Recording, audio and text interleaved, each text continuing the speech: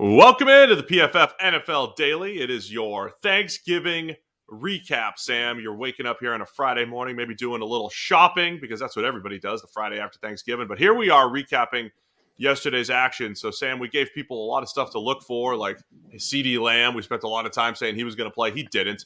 We'll talk about that in a minute. But it all started with the Lions and the Bears. And the poor Lions still can't find their first win.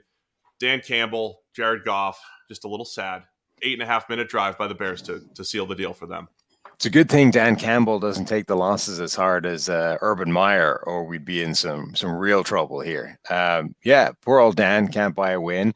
Jared Goff doesn't have a win that Sean McVay wasn't his head coach for. I think he's now 0-16, like a full season of winless misery for Jared Goff. Though he actually, he came out, he dropped a dime to Reynolds for a touchdown. They looked like they might get it in this game. And then, the same old Lions happened.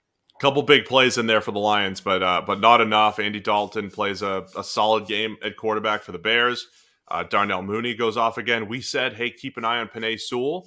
And at least we gave you something to look for that was true. Penei Sewell has another nice game over at right tackle.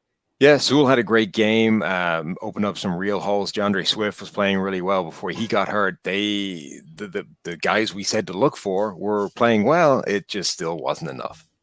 All right, let's go to the best game of the day by far. Dallas Cowboys and the Las Vegas Raiders.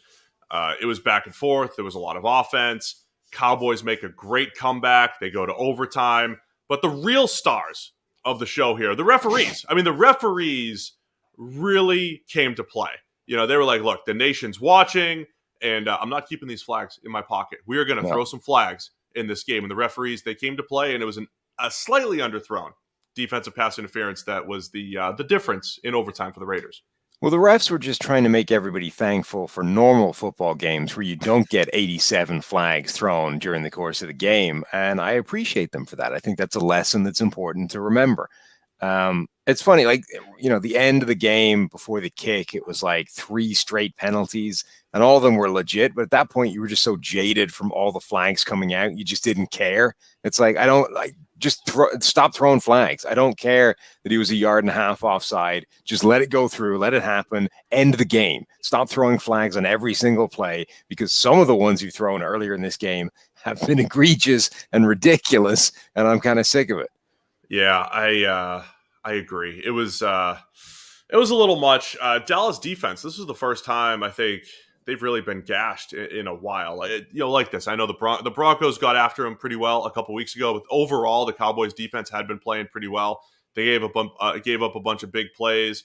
Again, Micah Parsons continues to shine and have key sacks and all that stuff. Like, there are things to be impressed with the Dallas defense, but when they needed some stops, they just weren't there. And look, the Raiders found that deep threat again. Their first 2 touchdown drives were the 50-plus yarder to Deshaun Jackson, just catching it and running past people still, and then a pass interference that sets the ball up at the 1. Deshaun Jackson continues to prove he's a legitimate game changer, and maybe exactly what the Raiders needed after they lost Henry Ruggs. He is, and I think their thing is, how much can they get him on the field and still have him be healthy, because that's his big question mark, right? Is he's always dangerous when he's out there, but injuries are a pretty lengthy thing in his history at this point. He hadn't played more than 16 snaps in a game before this week. He was up to 39 this week, and you could just see the difference he makes to an offense when he's out there. It doesn't mean that every single play is going to be a target to Deshaun Jackson, but his speed scares defenses, and you can see it every single snap. Like, obviously, the play where he makes the big 50-yard touchdown is self-evident, but he's also got one where, he runs off the line, and just the speed that he's able to break off his route and turn the go into a curl or a comeback, like, that's why he's dangerous, because you can't just play the deep ball. You can't just play the fact that he might take the top off a defense and run 50 yards. You have to be prepared for the fact that he can break it off and just pick up an easy 10 yards at any time as well. So, yeah, I think Deshaun Jackson can really transform that Raiders offense and give them back what they've been missing. And then the other side of the ball, like, Dak didn't seem to really show up until the fourth quarter. No, he really didn't. And, we talked a lot about CD Lamb being there. He wasn't, obviously. So ignore the 4 minutes we talked about him on yesterday's episode. Don't worry about that. But it did look like they were missing CD Lamb and Amari Cooper early on until Dallas started to open it up, because there were points in the game where it's 3rd and 10 and they're running swing passes, like design swings and underneath stuff. They weren't all that aggressive, the Dallas offense, until they had to be. And then you see Dak putting the ball right on Michael Gallup's hands on a go route, or the seam route to Dalton Schultz for a couple touchdown. Of times for Gallup. Yeah, a couple of them, right? So 4 big-time throws for Dak, all late in the game in that comeback attempt. It looked like they were going to pull it off. But yeah, it was just too little too late, I think, for that Dallas offense, where they were just so inconsistent early on, and it came back to bite. Yeah, and I think they definitely missed CeeDee Lamb, obviously. But this week, Cedric Wilson and Gallup, and to an extent Noah Brown, had better games. Like last week, those guys were dropping passes. They didn't show up and kind of elevate in the absence of CeeDee Lamb and Amari Cooper. This week, I don't think you can really blame them. Dak just wasn't he was off again until that fourth quarter, where the kind of, I don't want to say the damage had been done, because they did get it to overtime and almost got it back, but they couldn't stop the Raiders, so it was going to be very difficult to overtake them and kind of get the win. The other thing that was weird, though, is that Tyron Smith back, a full healthy complement of offensive linemen, and they were rotating multiple positions: right tackle with Terrence Steele and Lyle Collins, and left guard with the 2 Connors. That just makes no sense. Like, people don't do that at the NFL level for a pretty good reason. And for some reason, Dallas was rotating 2 different positions with no injuries affecting it. Yeah, it was a great back and forth game, though. Raiders pull it off 36-33. Again, both defenses not at their best, but the most exciting game of the day went late into the night. Everybody's trying to finish the Thanksgiving dinner. Maybe took a little nap in between it, but got some good football at the end. And the final game, not nearly as good. The Buffalo Bills and the New Orleans Saints. I think we're starting to finally see, from a Saints perspective, not that Trevor Siemian had played horribly over the last few weeks, but they're just limited in what they can do offensively. They had a ton of injuries, both sides of the ball, but the Saints just didn't really have much of a shot. They hung tough with a couple turnovers. There are a couple interceptions from Josh Allen late in the first to just be down 10-0 at the half. But the Bills were just too good, pulled away in the second half. Matt Breida, the guy that they activated and really wanted to get something out of in the run game and the pass game, proved to be a pretty good move for the Bills in this one. Yeah, I mean, the Siemian thing is really just like he'd actually played well for a couple of games, but even when he plays well, he doesn't necessarily have a ton of big plays in him that can kind of propel the team forward. And then when you get a low-end Siemian game, like, they're just not productive enough to absorb a mistake, to absorb an interception or a bad error by Siemian. And when that happened, like, they just couldn't get anything done against this Bills defense. One thing coming out of that game, though, potentially massive injury for Buffalo with Tre'Davious White going down on it wasn't quite a non-contact injury. He was like engaged with the receiver at the time, but it was one of those ones where, knee just goes in a weird direction when he plants his leg in the turf, and it didn't look good.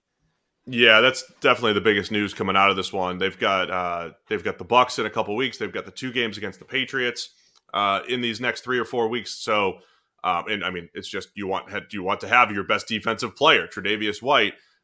So that is a huge part here.